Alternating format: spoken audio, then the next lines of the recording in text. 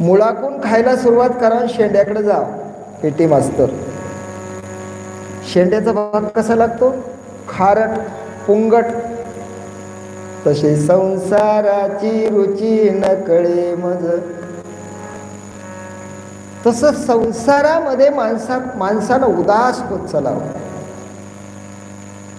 उदास असावे साधकाचे चित्त, कांतापुत्र वीत आसोनिया.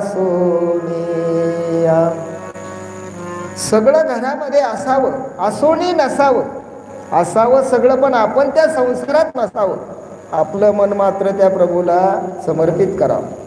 आता संसार रूपी ऊस मुळापासून खावा, शेंड्याकडे जावा.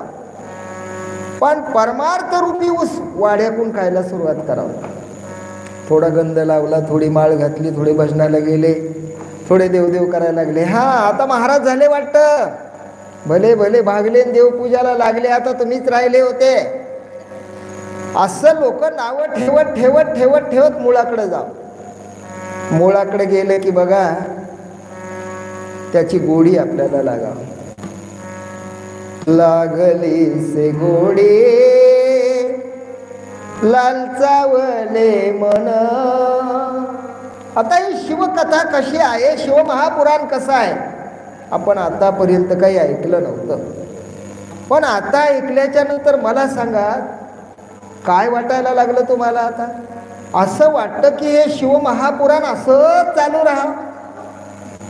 तुम्हाला कसं वाटतं ते माहित नाही, पण मला तर असं वाटतं इथंच बसावं. आईचं वय सोने कराय कचित्त, आवडी अनंत आळवावा.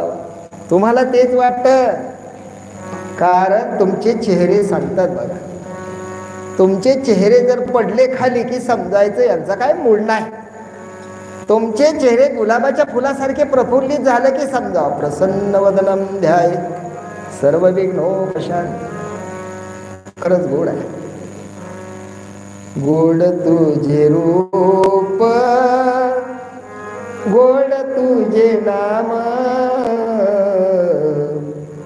गोड तुझे रूप, गोड तुझे नाम. देही मज प्रेम सर्व काळ,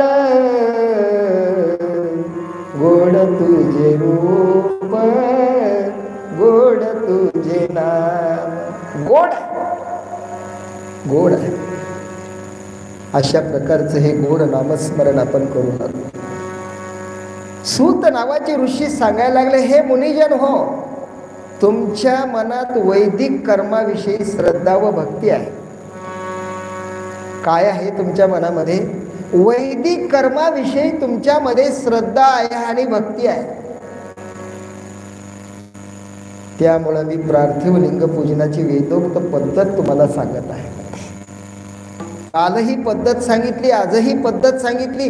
ही पूजा म्हणजे मुक्तिदायक आहे. ही पूजा म्हणजे मुक्तिदायक आहे. म्हणून प्रारंभी बघा विधीनुसार अगोदर मंगल स्नान करावं. मंगल स्नान, मंगल स्नान म्हणजे स्नान करत असताना निदानचं तुम्हाला काही येत नसेल, शिवपाठ येत नसेल, काही येत नसेल तर ओम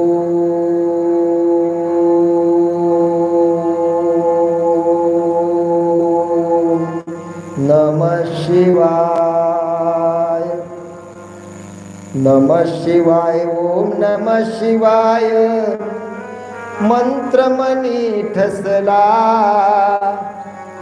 चहुवेदाच्या शब्द सागरा मंथनी सापडला दयाळा.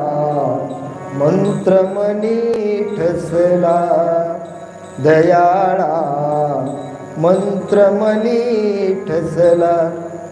बीज मंत्र हा नमः शिवाय